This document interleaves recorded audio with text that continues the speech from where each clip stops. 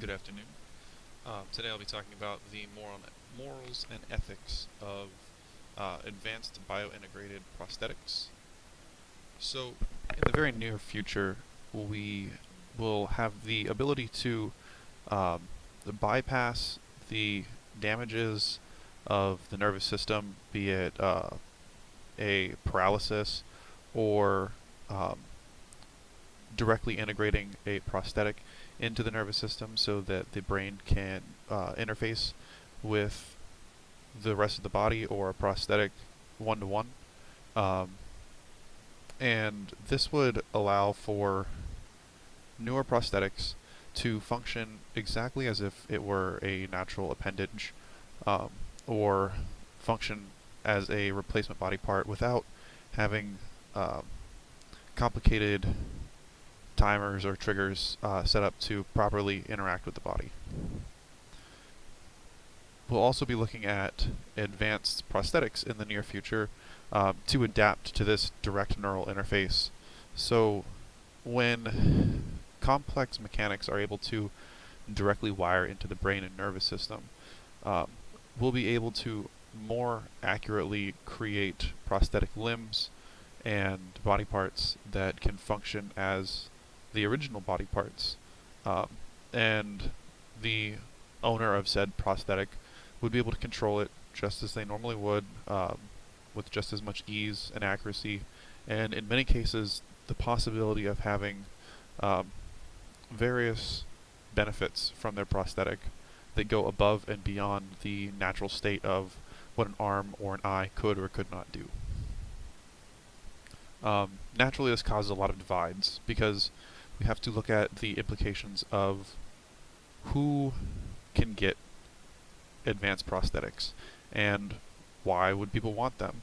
As I already mentioned, if you can get a prosthetic arm that is stronger and more dexterous than someone with a regular arm, then that person who has the prosthetic automatically holds an advantage in athletics, in holding a job, and various other fields of life.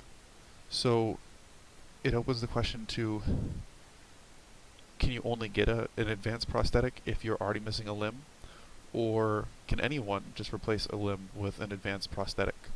Um, if people can't just replace a limb medically, would we start to look at an uptick of people who are mutilating their own bodies just so they could get advanced prosthesis? We would also have to look at who could afford them. Would this sort of thing be only available for the rich, or would it be affordable to most social classes? Would there be forms of payment plans? And if there are forms of payment plans, then are we looking at scenarios like in Repo Men, where if you suddenly can't make your payments for your prosthetics anymore, then your prosthetics will be taken from you, if not willingly, then forcibly.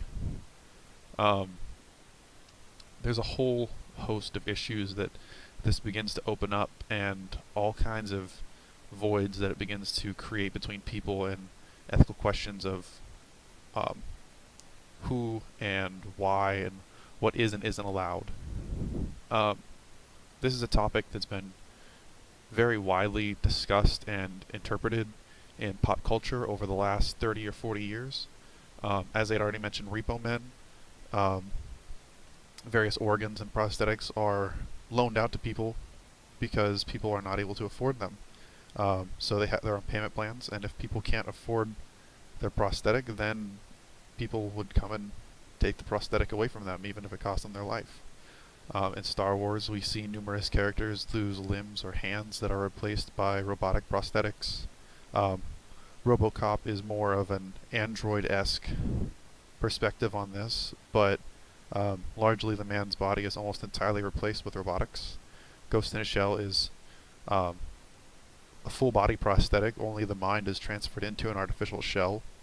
In Deus Ex, a lot of these ethical questions are directly covered is in ways like who can and can't afford prosthetics, what happens if you can't pay for them, the kinds of social divides that it causes, and the impacts on people as a whole, which we will soon discuss. We begin to have to look at the impact that it has on society, even if we can get past the implications of accessibility to people's, and if we can establish rules on the advanced prosthetics that allow them to be a part of our daily lives and function in a proper and lawful way, we begin to look at issues like discrimination against people who do have advanced prosthetics or people who don't, in the converse look at it. We also begin to look at workplace conflicts. Should you be allowed to hold certain job positions if you have augmentations or advanced prosthetics that allow you to do the job better than someone who is just a natural human, even if that person is not ill or have any other sorts of deficiencies in any way? Are you a lesser or more superior person for having advanced prosthesis? And then we also have to start looking at hate crimes. Do average citizens start spreading hate and committing crime and violence against people who have advanced prosthesis simply because they have advanced prosthesis, even if they're, for all other purposes, a generally kind person? It's a very difficult topic to look at objectively and begin to see how it would even be possible without many, many years of intense regulation and looking over from a social and political perspective of all of the factors, whether or not people can have them, when are they allowed to have them. Furthermore, what can the prosthetics do? As I have touched on, enhance strength or dexterity or speed, reaction time.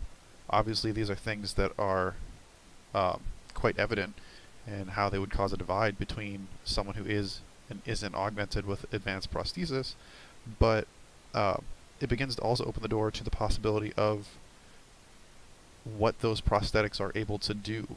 Is it just an arm, or do people's prosthetics become a veritable Swiss Army knife of tools?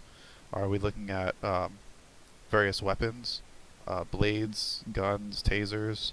Are we looking at measurement tools, hammers, specialized prosthesis that can be used in different workplaces? The whole situation becomes very cloudy and difficult to look at very fast without first looking at intense regulation and law on what is and is not okay. And then looking at this from a moral perspective, it becomes very difficult to determine whether or not these sorts of prosthetics are even morally acceptable for anyone to have. Looking from the perspective of natural law, someone may argue that prosthetics are not natural.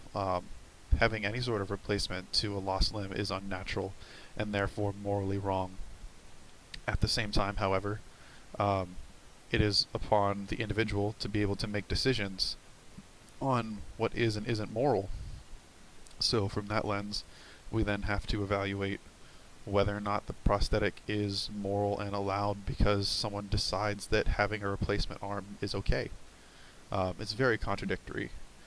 And with the lens of social contract, helping other individuals is kind of the backbone of the moral theory. So if having a prosthetic aids those around an individual as well as the individual, then it could only be viewed as being moral. Until we start to look at the disparities that it causes between peoples and the social impacts of potential hate crimes and discrimination, in which case it becomes very amoral very quickly as it begins to cause divide between people and causing oppression. From the view of Kantianism, we can look and see that it all comes down to the individual and their decision on whether or not they want to have some sort of advanced prosthetic, even if some people viewed prosthetics as amoral. It is their decision to not get them, while it was other people's decision to receive them.